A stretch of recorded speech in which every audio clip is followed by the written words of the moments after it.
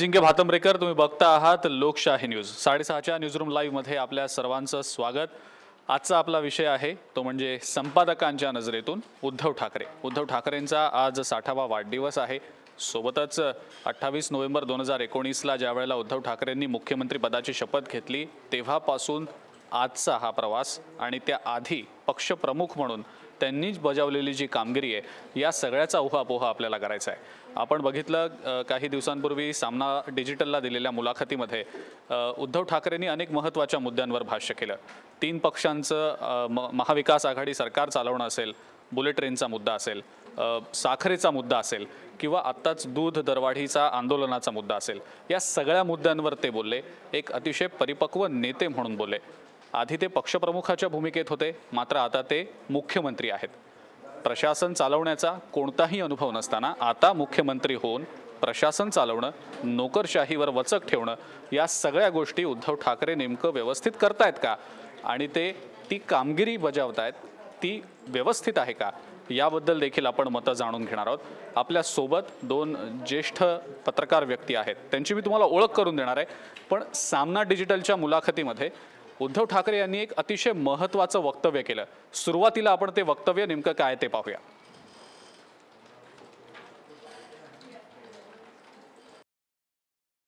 मला वाटतं कदाचित जगातलं एकमेव माझं उदाहरण असेल जो सगळ्यात ज्याची कुवत कमी लेखली गेली तो पक्षाचा सर्वोच्च नेता झाला आणि ज्याची कुवत किंवा याला काय कळत नाही असं म्हणणारा राज्याचा मुख्यमंत्री झाला। मला वाटतं कदाचित जगातलं एकमेव माझं उदाहरण असेल जो सगळ्यात ज्याची कुवत कमी लेखली गेली तो पक्षात।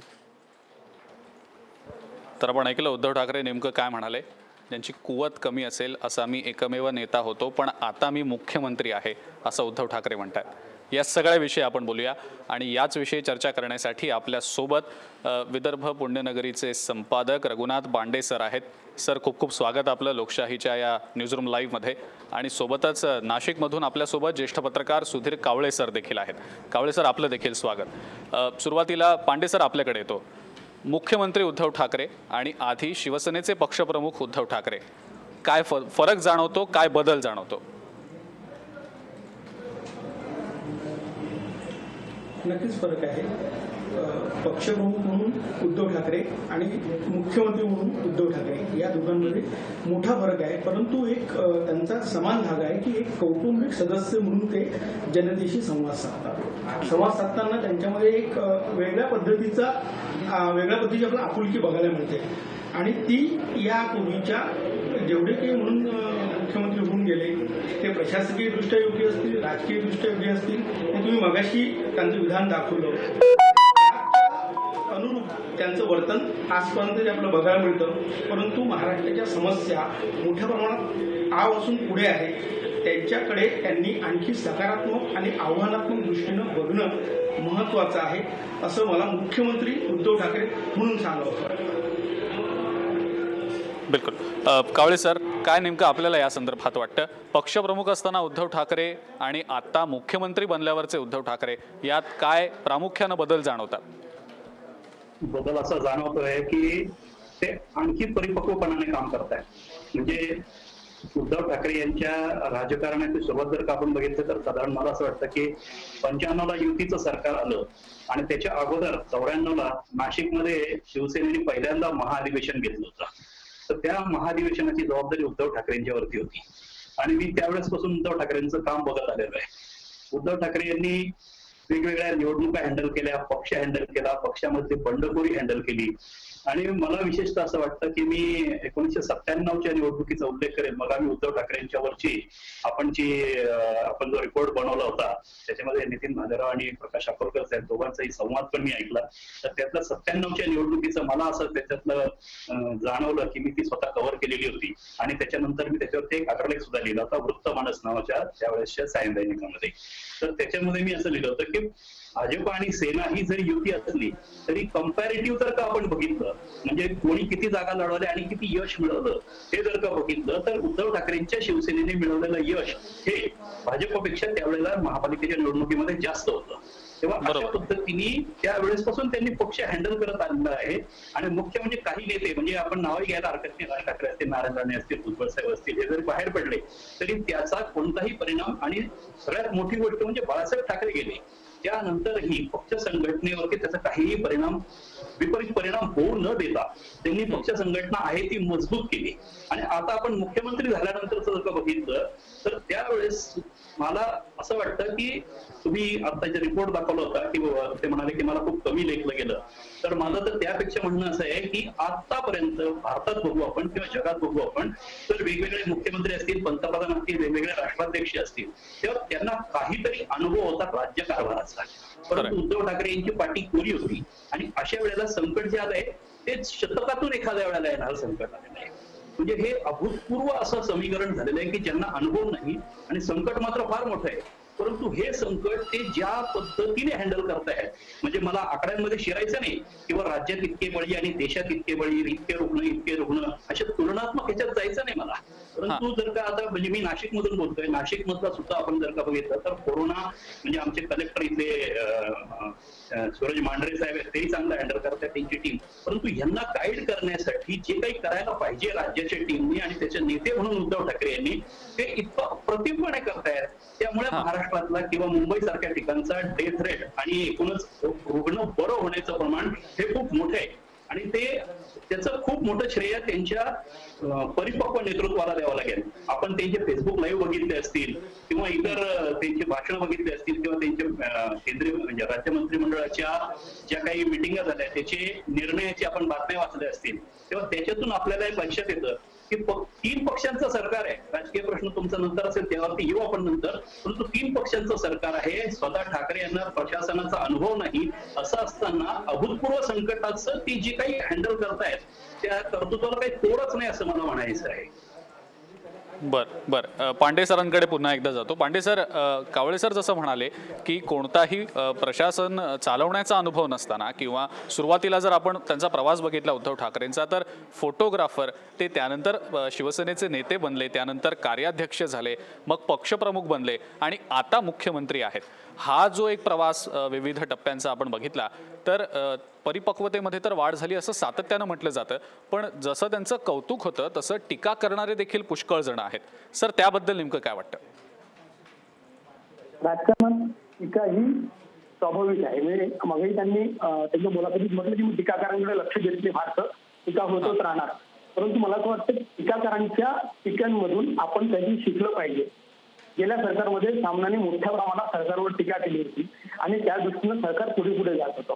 मला असं वाटतं की मूलतः शिवसेना प्रमुखांची प्रतिमा आणि त्यानंतर मुख्य आपल्या उद्धव ठाकरेंची प्रतिमा यांचा जो झगडा आहे, प्रतिमांचा झगडा जो महाराष्ट्रासमोर होत असतो सातत्यानं, यातून उद्धव ठाकरे हे चांगल्या पद्धतीनं पुढे येत आहे. आपल्यासमोर शिवसेना प्रमुखांची प्रतिमा उभी होती, कारण जवळपास 40 वर्षांचा त्यांचा आपण कालखंड बघितलेला आहे, राजकारण पाहिलेलं आहे, मोठ्या प्रमाणात त्यांची भाषणं ऐकलेली आहे. जेव्हा ते सरकारमध्ये नव्हते असे शब्द ऐकले आहे महाराष्ट्राने की ज्यामुळे अंगार निर्माण व्हायचा. आजच्या तारखेत आपण ते अंगाराचे शब्द विसरून गेलो आहोत.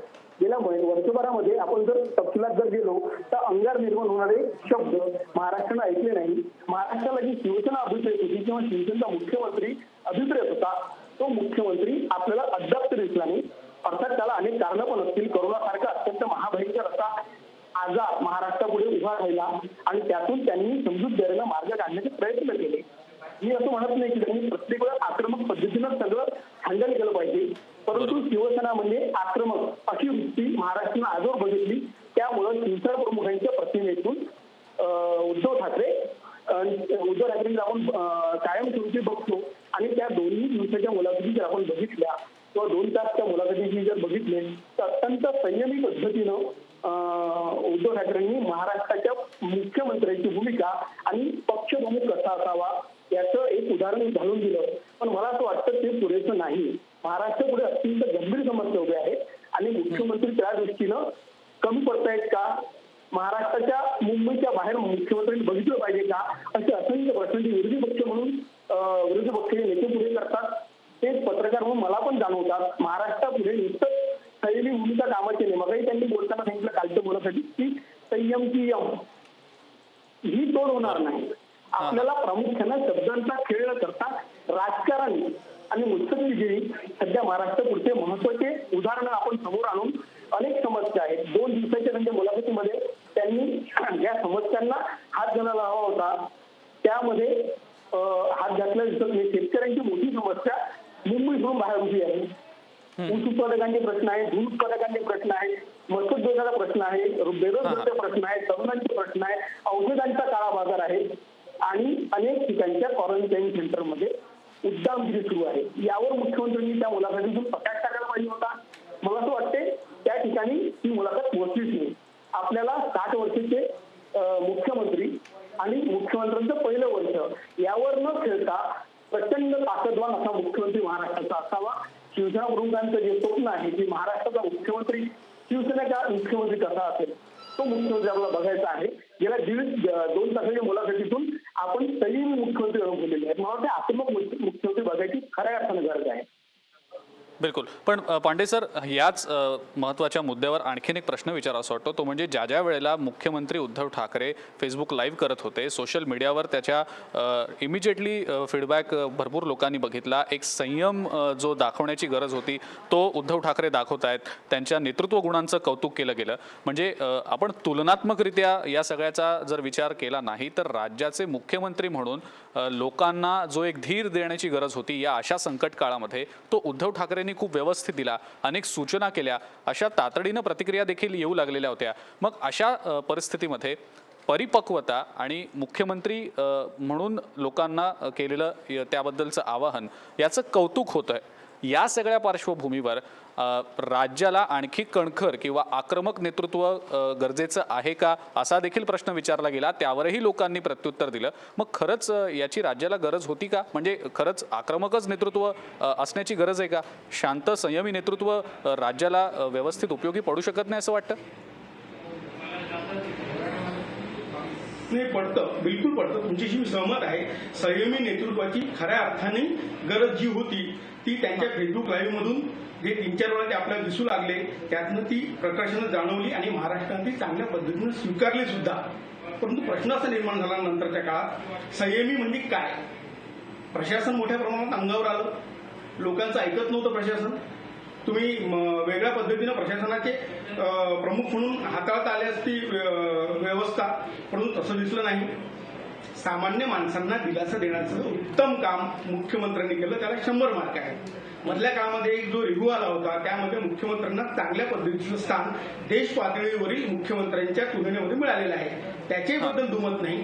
परंतु महाराष्ट्र हे अत्यंत कणखर राज्य आहे, दगडं धोंड्याचं राज्य आहे. त्याचा मुख्यमंत्री कसा असावा याचं उदाहरण त्यांनी उत्तम पद्धतीनं घालून द्यायला हवं होतं. मला असं वाटतं मुख्यमंत्र्यांनी त्या दृष्टीनं आणखी संयमी पद्धतीनं पावले टाकायला पाहिजे.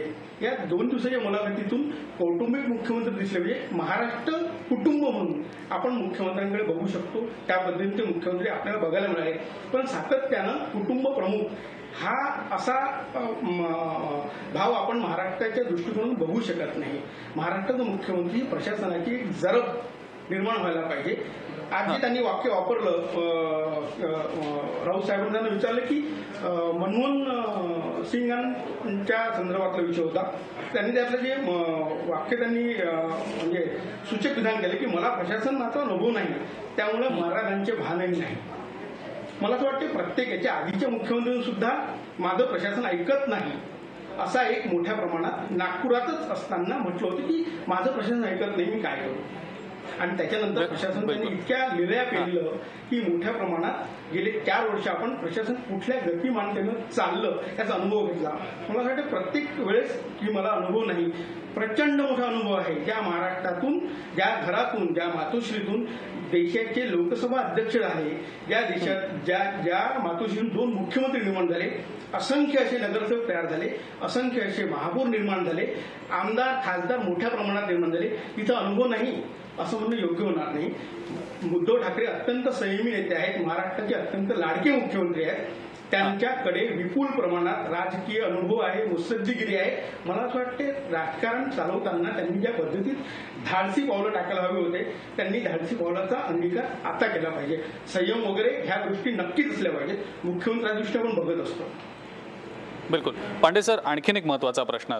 3 पक्षांचं हे सरकार, महाविकास आघाडीचं सरकार, आणि या सरकारच्या बाबतीत सातत्यानं प्रश्न विचारले गेले की हे सरकार खरोखरच टिकेल का.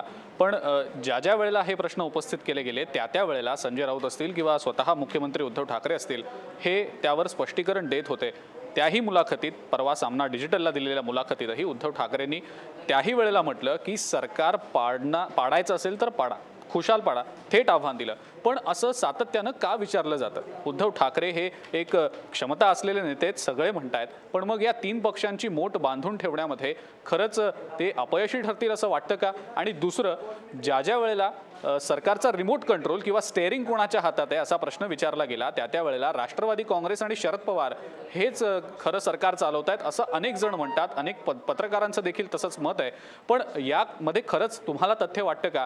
आणि आज ज्या वेळेला उद्धव ठाकरेंना शुभेच्छा देण्यासाठी वाढदिवसाच्या स्वतः अजित पवारांनी ट्विट केलं, त्यात जो फोटो देखील त्यांनी वापरला त्यातही स्टेअरिंग जे आहे ते अजित पवारांनी स्वतःच्या हातात दाखवल्याचा फोटो ट्विट केलाय. काय नेमका त्याचा अर्थ काढायचा? उद्धव ठाकरे या सगळ्या परिस्थितीमध्ये अतिशय चांगल्या पद्धतीनं आपलं नेतृत्व हे कायम टिकवून हे सरकार व्यवस्थितपणे पूर्ण कार्यकाळ आपला पूर्ण करेल असं वाटतं?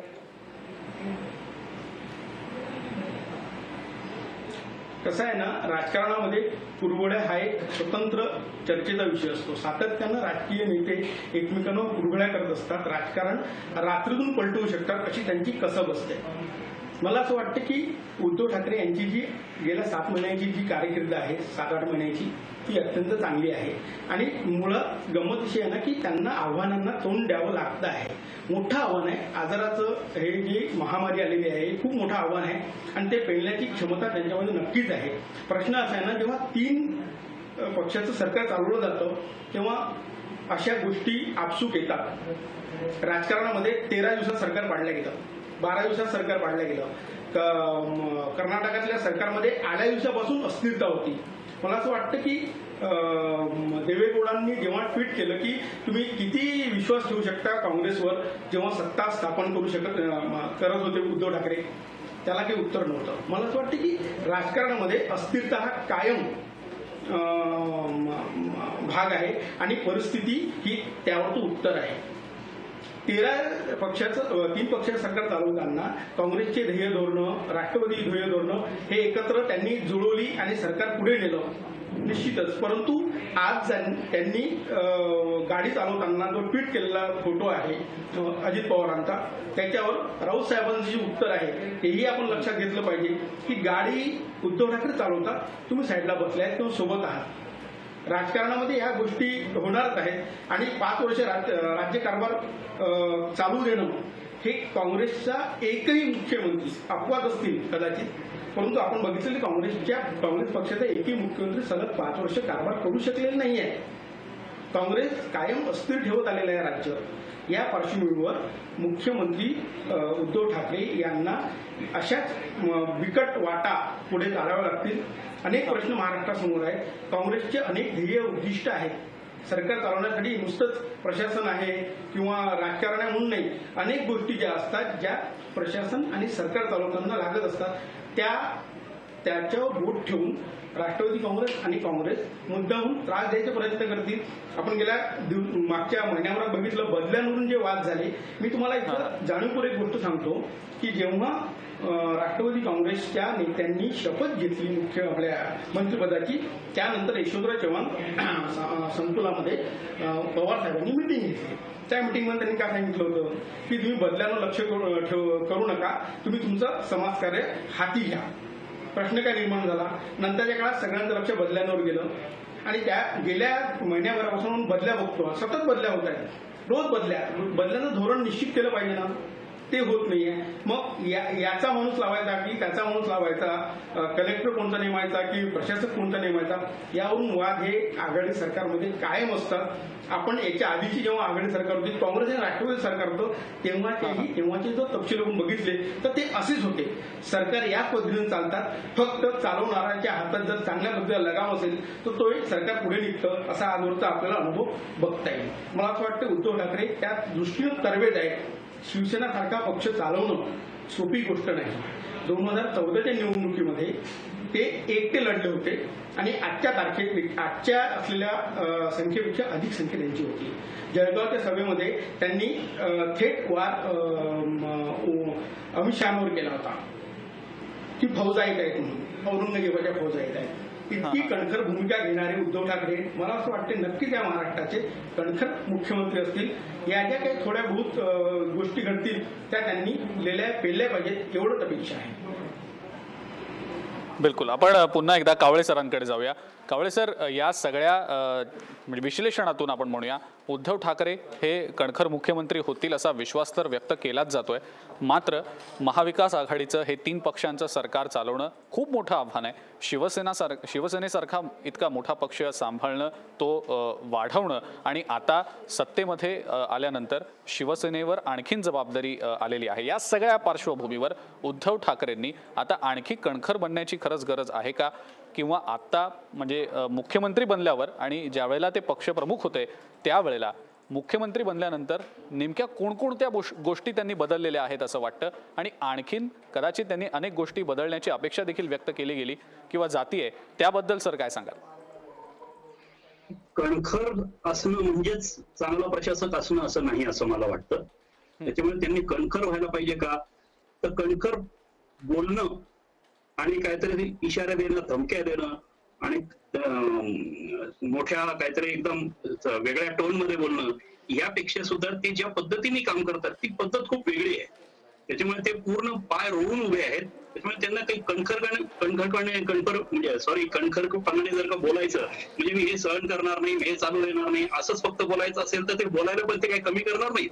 परंतु ते न बोलता सुद्धा ते ज्या पद्धतीने काम करतायत तर काम करणं हे महत्वाचं आहे. म्हणजे आजची परिस्थिती जर का तुम्ही बघितली तर मला असं दिसतंय साधारणपणे की हे 3 पक्षांचं जरी सरकार असलं तरी शिवसेनेमध्ये सुद्धा त्याच्यात 2 गट आहेत की जे फार पहिल्यापासूनच म्हटलं गेलं की एक जण सत्तेत जाण्याच्या बाजूचा होता आणि एक सत्तेच्या विरोधात जाण्याच्या बाजूचा होता. म्हणजे असं तसंच राष्ट्रवादीमध्ये जेवढे नेते तेवढे गट आहेत आणि काँग्रेसमध्ये तर आता असं दिसतंय की कोणाचाच पायपोस कोणात नाही, परस्पर सरकारी नियुक्त्या करून टाकायच्या किंवा असं. तेव्हा 3 पक्षांमध्ये पहिले आंतरविरोध आणि पक्षांच्या आतमध्ये सुद्धा आणखीन सगळे विरोध, अशी ही सगळी सर्कस जर का सांभाळायची आहे तर त्यासाठी फक्त नुसती कणखर भाषा उपयोगाची असं नाहीये, तर कणखरपणाने पाऊल टाकणं गरजेचं आहे. तेव्हा हे जे पावलं टाकतात उद्धव ठाकरे ते माझ्या मते पुरेशी आहेत. ठीक आहे की आता कोरोनाच्या बाबतीमध्ये समजा आपण उदाहरण घेतलं तर लॉकडाऊन सक्तीने पाळायचा, तर सक्तीने पाळायचा म्हणजे फक्त टीव्हीवर उद्धव ठाकरे यांनी अगदी जोरात बोलून कोणाचाही सहन करणार नाही, त्यापेक्षा ते त्या पद्धतीने करतायत. ते गृह खात्याला त्यांनी स्वातंत्र्य दिलेलं आहे. पोलिसांनी किती हँडल करायचं, कसं हँडल करायचं, त्याला ह्युमन फेस असला पाहिजे हे त्यांचा आग्रह आहे. त्याच्यामुळे प्रत्येकाची एक वर्किंग स्टाईल वेगळी असते आणि उद्धव ठाकरेंची वर्किंग स्टाईल ही मला असं वाटतं की सर्वसामान्यांना अपील होत चाललेली आहे. मग मी जे तुम्हाला म्हटलं की 97च्या निवडणुकीतलं उदाहरण जे मी दिलं होतं तर 97च्या निवडणुकीमध्ये मुंबईमध्ये आणि मुंबई ठाण्याची निवडणूक एकाच वेळेला असते जनरली महापालिकेची, तेव्हा शिवसेना म्हणजे राडा असं जे काही समीकरण होतं ना त्याला पूर्ण छेद देऊन शिवसेनेला एक सोफिस्टिकेटेड आणि सुसंस्कृत चेहरा देण्याचं काम आणि ज्या समाजामध्ये ती ऍक्सेप्ट केली जात नव्हती त्या समाजामध्ये पोहोचवण्याचं काम उद्धव ठाकरे यांनी केलेलं आहे. त्यामुळे कणखर भाषा म्हणजे सेनेची भाषा जर का असेल, सेना स्टाईल, मनसे स्टाईल, खळखटाक, तेव्हा या खळखटाक पासून आता उद्धव ठाकरेंनी पक्षाची प्रतिमा खूप वेगळी केलेली आहे. त्याच्यामुळे कणखरपणाने काम करणं गरजेचं आहे. कणखरपणाने नुसतं बोलण्याची आवश्यकता नाही असं मला वाटतं. बिलकुल बिलकुल. कावळे सर, थोडक्यात शेवटचा प्रश्न विचारतो. आज उद्धव ठाकरेंचा 60वा वाढदिवस आहे आणि आपल्याला माहिती आहे की पहिल्यांदा मुख्यमंत्री ते बनलेले आहेत आणि युती सरकारनंतर या वेळेला पहिल्यांदा शिवसेनेचा मुख्यमंत्री झालेला आहे आणि तो सुद्धा ठाकरे घराण्यातला स्वतः उद्धव ठाकरे मुख्यमंत्री बनलेले आहेत. या सगळ्या जडणघडणीमध्ये किंवा या सगळ्या प्रवासादरम्यान उद्धव ठाकरेंसमोर अनेक आव्हानं आलेली होती. ते आत्ता सध्याही अनेक आव्हानांना तोंड देत आहेत आणि पुढे देखील अनेक आव्हानं येतील. उद्धव ठाकरे येत्या काळामध्ये कशी कामगिरी बजावू शकतात याबद्दल आत्ताच भाष्य करणं थोडंसं कठीण आहे, पण तरी देखील आपल्या नजरेतनं काय वाटतं, उद्धव ठाकरे कशा प्रकारे हे आव्हान पेलू शकतील यशस्वीपणे? उद्धव ठाकरे यांना संधी किती मिळते त्याच्यावरती खूप अवलंबून आहे. आताची जी 6 महिने मिळालेले आहेत, झालेले आहेत, त्याच्यामध्ये 6, 6.5 महिने, 7 महिने त्याच्यामध्ये त्यांनी खूप चांगलं काम केलं. 7 महिने होऊन गेले, 7 महिन्यामध्ये त्यांनी खूप चांगलं काम करून दाखवलेलं आहे. आता हे 3 पक्षांचं सरकार आहे, त्यामुळे एखाद्या पक्षाने समजा काहीतरी वेगळा अजेंडा घेतला आणि सरकार टिकवायचं नाही असं जर का धोरण घेतलं तर गोष्ट वेगळी आहे. परंतु समजा आपण असं धरू की उद्धव ठाकरेंना आणखीन 1 वर्ष 1.5 वर्ष जर का मिळालं तर मला असं वाटतं की ते खूप चांगले मुख्यमंत्री पुढे होतील. म्हणजे मी तुम्हाला एक छोटंसं उदाहरण देऊन सांगतो, फक्त थोडक्यात सांगतो मी, की 3 इडियट हा पिक्चर आपण बघितलेला असेल सगळ्यांनी. माझा तो एक आवडता सिनेमा आहे. तेव्हा आता शिवसेनेची सामनामधली जी मुलाखत होती तर मला त्याच्यामध्ये असं वाटतं की म्हणजे 3 इडियटचं उदाहरण मला तिथे लागू पडतं असं वाटतं. काय होतं बघा की आता सरकार स्थिर आहे की नाही, मुख्यमंत्री कणखर आहेत की नाही, मग ते काम करतात की नाही, मग ते घरीच बसून राहतात वगैरे, अशा सगळ्या ज्या कथा सगळ्या पसरवल्या जातात. विरोधक टीका करतात, विरोधकांचा तो अधिकार आहे, त्यात काही शंका नाही. परंतु यामुळे काय होतं की शिवसैनिकांमध्ये किंवा सर्वसामान्यांमध्येही हा संभ्रम होतो की नाही, मुख्यमंत्र्यांचा काय अर्थ नाही, ते त्यांनी आणखीन कणखरपणाने वागायला पाहिजे. परंतु तसं नाहीये. ही मुलाखत सुद्धा जी आहे ना, ही आमिर खान जसं त्याच्या 2 मित्रांना सांगतोय, तिघही 3 इडियट जरी नाव असलं ना तरी तिघही फार सक्सेसफुल होता शेवटी त्या सिनेमामध्ये. तर तसंच आता उद्धव ठाकरेंचं भूमिका चालली. आमिर खान जसं त्या बाकीच्या दोघांना सांगतो, अरे डोंट वरी, ऑल इज वेल म्हण. तर तशी ही ऑल इज वेल म्हणायला म्हणतायत उद्धव ठाकरे भूमिकेत मुलाखतीमधून की नाही, काही घाबरू नका. म्हणजे सरकारला, पक्षाला, आघाडीला आणि जनतेला विश्वास देण्याचा त्यांचा प्रयत्न आहे की ऑल इज वेल, तुम्ही काही काळजी करू नका. आणि मला असं वाटतं की उद्धव ठाकरेंना जास्त संधी जर का मिळाली, जे पूर्ण 5 वर्षे मिळेल नाही मिळेल हे आपण आज काही सांगू शकत नाही, उद्याचं कोणाला माहिती नसतं. परंतु जर का त्यांना हे सगळे आंतरविरोध जर का सांभाळतील ते, परंतु सांभाळले तर ते मात्र अतिशय यशस्वी मुख्यमंत्री होतील. फक्त त्यांना कालावधी तेवढा मिळाला पाहिजे हे मला असं वाटतं. आणि त्यांना 60व्या वाढदिवसानिमित्त मी तुमच्या माध्यमातून आणि जनतेच्या वतीने शुभेच्छा देतो. धन्यवाद. बिलकुल बिलकुल. कावळे सर, पांडे सर, धन्यवाद. आपण तुम्ही तुमची मतं व्यक्त केलीत, विश्लेषण केलं त्याबद्दल. आणि शिवसेनेचे पक्षप्रमुख आणि राज्याचे मुख्यमंत्री उद्धव ठाकरे यांचा 60वा वाढदिवस आहे. त्यांना वाढदिवसानिमित्त लोकशाहीच्या माध्यमातून आपण पण शुभेच्छा देऊया.